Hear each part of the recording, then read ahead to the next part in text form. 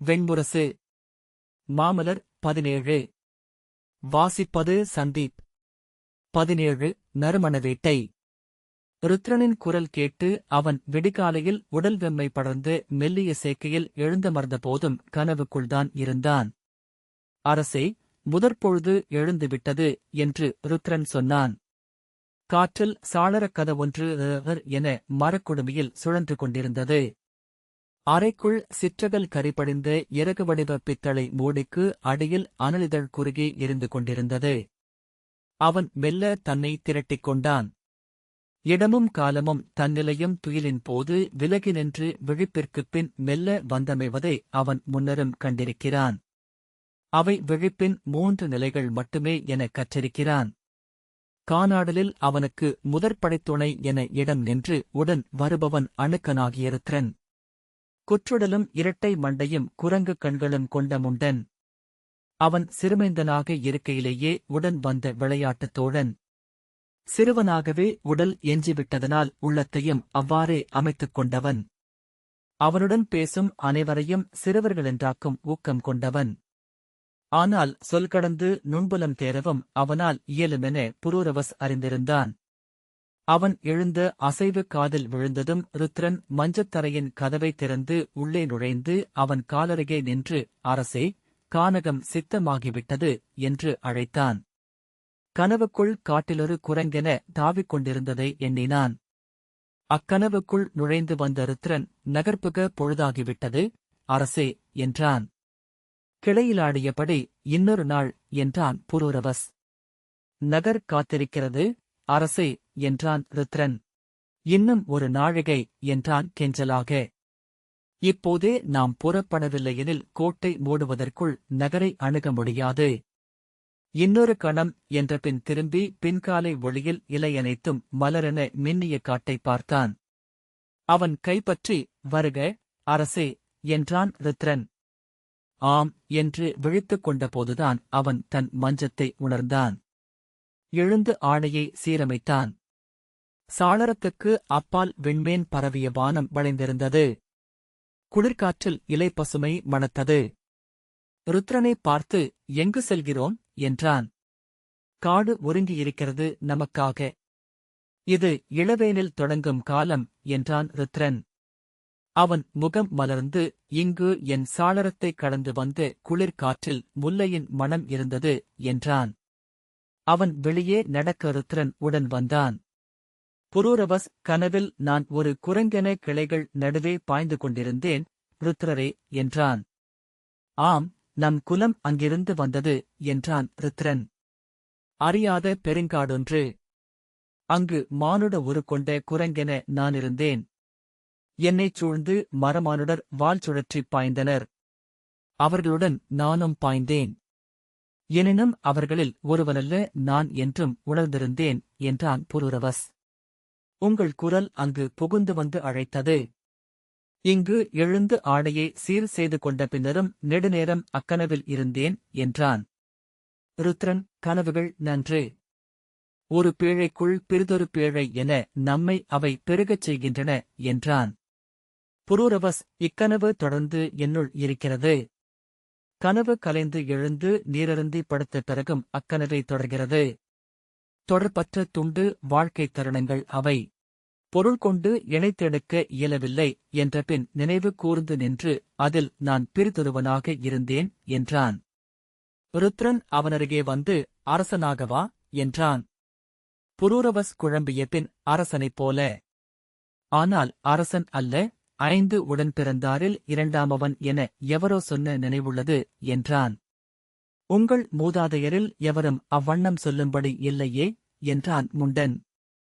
அக்காட்டில் மிக அருகில் எங்கோ ஒரு குடிலில் எனக்கென தேவி ஒருத்தி காத்திருப்பதாக உணர்ந்தேன். கிளைகளூடாக பாய்ந்து செல்கையில் என் உடன் பிறந்தார் 2 தொடர அவள் சிறுமலர் தோட்டமொன்றில் நின்றிருப்பதைக் கண்டேன். கருநிறமும் வெண்ணிறமும் கொண்ட இரட்டையர் அவர்கள். அவன் பெருமூச்செறிந்து, 5ருக்கும் அவள் ஒரு துணைவி என்றான். அது நம் குலவழக்கமே என்றான் ருத்ரன். ஆனால் நம் கதைகளில் அரசர்கள் என எவரும் அவ்வண்ணம் இல்லை புரூரவஸ். நானும் அதை பலவாறாக எண்ணி நோக்கியிருக்கிறேன். அவர்கள் முகங்கள் அத்தனை தெளிவாக என்னுள் உள்ளன. அவள் முகம் ஒரு நாளும் ஒழியாது உள்ளே எழுகிறது என்றான். ருத்ரன் குரங்கு போல் கண் சிமிட்டி புன்னகைத்தான். பெரிய சோழிப்பல் நிறைகள் அரையிருளில் மின்னின. தேவி அழகியா என்றான். கரியவள், கருமையிலேயே பெண்ணழகு முழுமை கொள்ள முடியுமென்று தோன்றச் செய்பவள் என்றான் புரூரவஸ். யார் கண்டார்? இன்று அவளை நாம் பார்க்கவும் கூடும் என்றான் ருத்ரன். எரிச்சலுடன் திரும்பி நோக்கி, நான் விளையாட்டென இதைச் சொல்லவில்லை ருத்ரரே, அவள் முகத்தை தெளிவுறக் கண்டேன். நீண்ட விழிகள், சிற்பமுழுமை கொண்ட மூக்கு, அன்னையின் கனிவும் மழலையின் எழிலும் சூடிய உதடுகள், நிமிர்வும் குழைவும் ஒன்றென்றேயான உடல். ஒரு கணமே அவளைக் கண்டேன் என தோன்றுகிறது. அவளை நோக்கி நோக்கி ஒரு முழு வாழ்நாள் இருந்தேன் என்றும் அப்போது தோன்றியது என்றான். ஐவரா என்றான் ருத்ரன் தனக்குத்தானே என. நம் குடிப்பிறந்த எவர் முகமேனும் ஒப்பு உள்ளதா என்றான். ஆம், நானும் உள்ளில் அதையே தேடிக் கொண்டிருக்கிறேன். எல்லா முகங்களிலும் அவர்களின் தோற்றம் உள்ளது என ஒரு முறையும் முன்னர் கண்டதே இல்லை என மறுமுறையும் தோன்றுகிறது என்று புரூரவஸ் சொன்னான். ருத்ரன், ஆம், முகங்கள் மீள மீளப் பிறக்கின்றன. உள்ளங்கள் தனித்தன்மை கொண்டு முகத்தை மாற்றி வனைகின்றன என்றான். அரசே, ஐவர் முகமும் தெரிந்திருக்கிறதா? ஆம், இருவரையே நான் இன்று பார்த்தேன். பிற இருவரையும் மிக அருகிலென நினைவிலிருந்து எடுக்க முடிகிறது. தவத்தோற்றம் கொண்ட மூத்தவர், விழிக்கூர் கொண்ட இரண்டாமவர். அழகர்களான இரட்டையர். இது முற்பிறவியோ என ஐயுறுகிறேன் என்றான் புரூரவஸ்.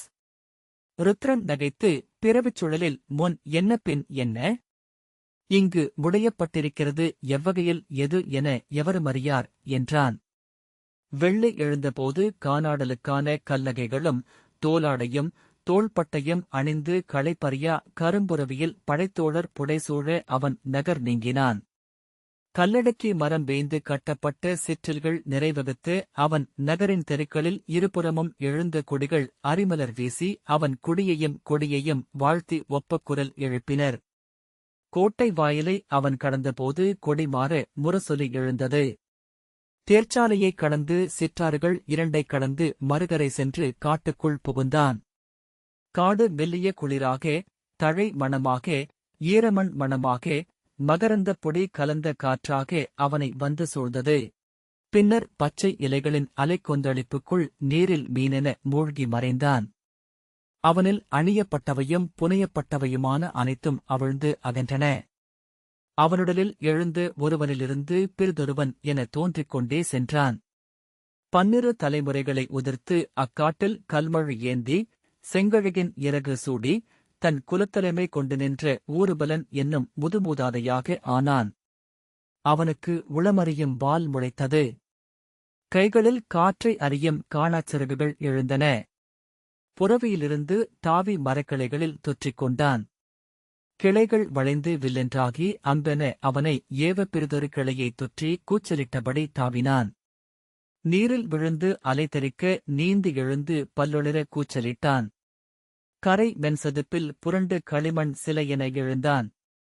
இளவெயிலில் அச்சேற்றுடன் படுத்து உலர்ந்தெழுந்து மீண்டும் நீர்களியாடினான். அன்றும் மறுநாளும் அக்காட்டிலேயே பிறிதொன்றிலாதிருந்தான். 3ஆம் நாள் சால மரத்தில் கட்டிய ஏறுமாடத்தில் ஈச்சையோலை பரப்பிய மூங்கில் படுக்கையில் மரவரி போர்த்தி துயின்று கொண்டிருந்த போது மீண்டும் அக்கனவு வந்தது. அதில் அவன் சால மரத்தின் உச்சியில் கட்டப்பட்ட பெருங்குடிலொன்றின் அடுமனையில் அமர்ந்து தன் முன் குவிந்திருந்த ஊன் சொற்றை அள்ளி உண்டு கொண்டிருந்தான். அவனைச் சூழ்ந்து அமர்ந்திருந்தனர் உடன் பிறந்த 4. பன்றி ஊனை எடுத்து பற்களால் பற்றி இழுத்து கவ்வி உண்டான்.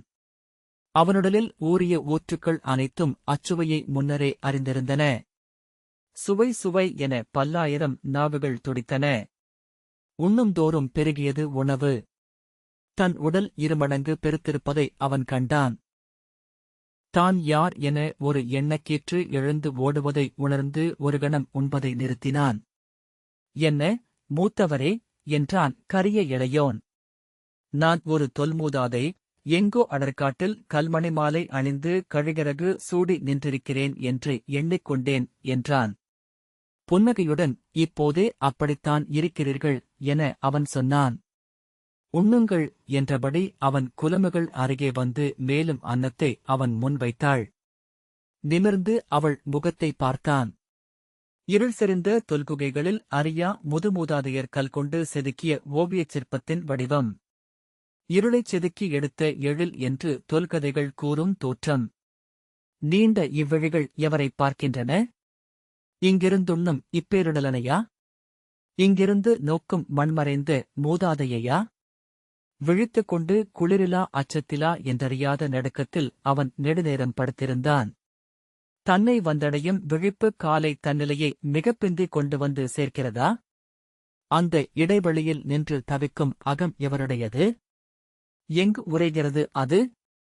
நீள்மூச்சுடன் எழுந்து குடில்முகப்பில் வந்து நின்று ஓசைகளாக இருளுக்குள் சூழ்ந்திருந்த காட்டை நோக்கினான்.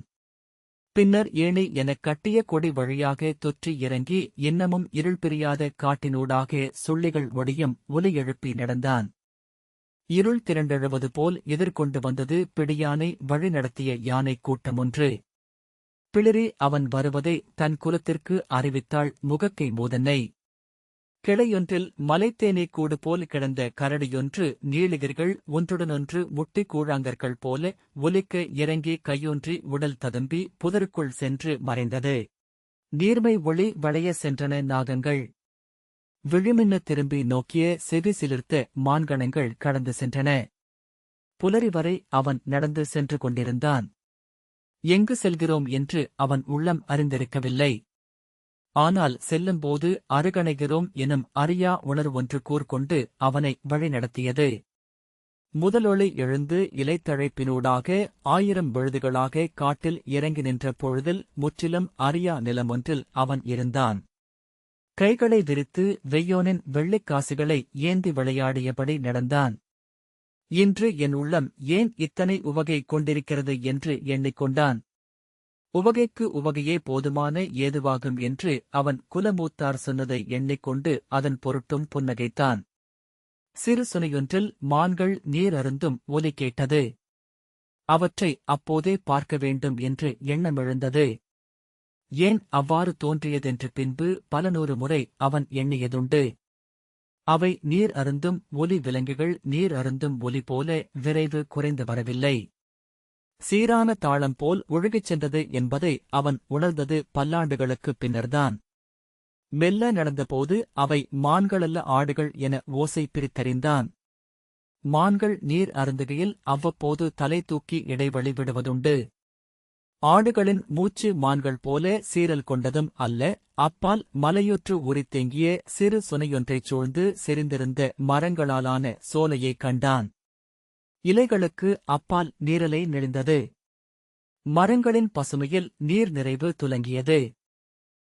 காலை ஒளியில் சுடர்கொண்டிருந்த இலைத்தழைப்புகளை நோக்கியபடி மெல்லிய காலடியோசையால் சிறுபசுந்தவளைகளை புல்நுனிகளிலிருந்து தாவித்தெரிக்கச் செய்தபடி அவன் அச்சோலையை அணுகினான். அவன் வரவை அறிந்த ஆள்காட்டிக் குருவி சிறகடித்து எழுந்து ஓசையிட்டது. புதரில் முட்டையிட்டிருந்த செம்மூக்கன் சிறகொடிந்தது போல புல்வெளியில் விழுந்து எம்பிக் குதித்து எழுந்து பறந்து கூவியபடி மீண்டும் விழுந்தது. அவன் அணுகுவதை ஆடுகள் அறிந்துவிட்டிருக்கின்றன எனத் தெரிந்தது. ஆனால் அவன் வேட்டைக்காரனல்ல என்பதை எப்படியோ புல்வாய் விலங்குகள் அறிந்திருந்தன என்பதனால் அவனை அஞ்சி அவை ஓடுவது அரிது. சோலையை அணுகும்போதே பாரிஜாத மலரின் மணத்தை அவன் உணர்ந்திருந்தான். அணுகுந்தோறும் அந்த மணம் குறைந்து வருவதன் விந்தையை பின்னர்தான் உணர்ந்தான்.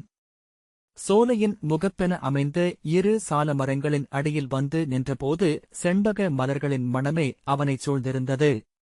தான் அறிந்தது செண்பக மணத்தைத்தான், தொலைவில் அதையே பாரிஜாதம் என்று எண்ணிக்கொண்டேன் என்று அவன் எண்ணினான். அது எவ்வண்ணம் எனக் கூடவே வியந்தான். மீண்டும் முகர்ந்தபோது அது மனோரஞ்சிதமா என ஐயம் எழுந்தது. எண்ணிய மணத்தை தான் காட்டும் மலர் என்றால் அது யக்ஷரோ கந்தர்வரோ சூடிய மலரா?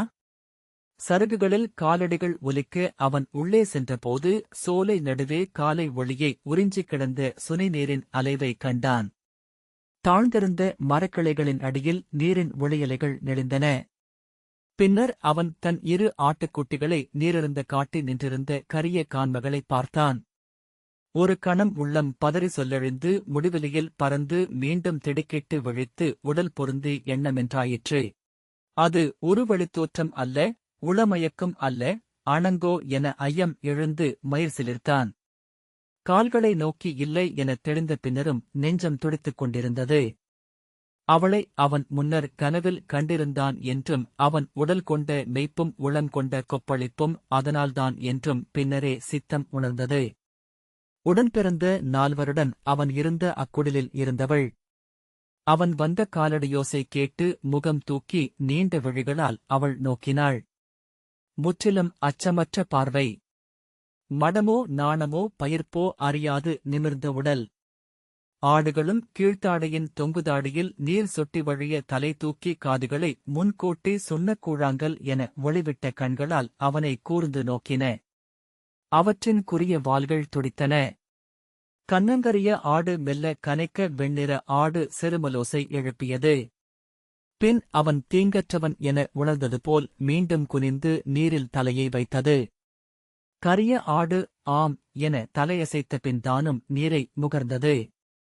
எவர் என்பது போல் அவள் புருவங்கள் மெல்ல சுழித்து நெற்றி மடிப்பு கொண்டது.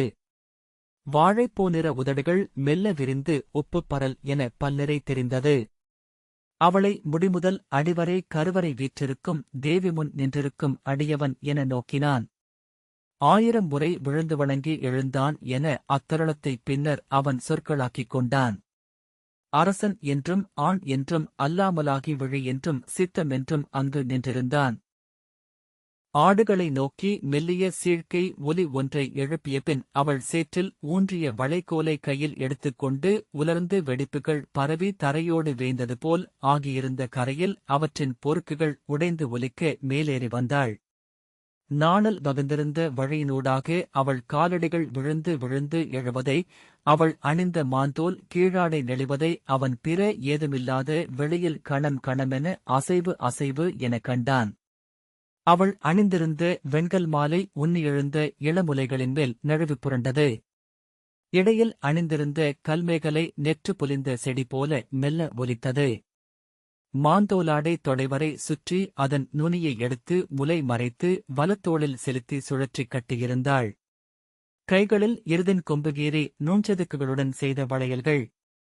கால்களில் மென்மரத்தால் ஆன சிலம்பு. காதுகளில் ஆடின செம்மணிக் கல்லணிகள். மூச்சில் வியர்த்த மேலுதடுகளுக்கு மேல் புல்லாக்கின் நிழல் அசைந்தது. அவன் அருகே வந்து யார் என்று அவள் கேட்டபோது திடுக்கிட்டு விழித்துக் கொண்டு நீள்மூச்சுடன் என் பெயர் என்றான்.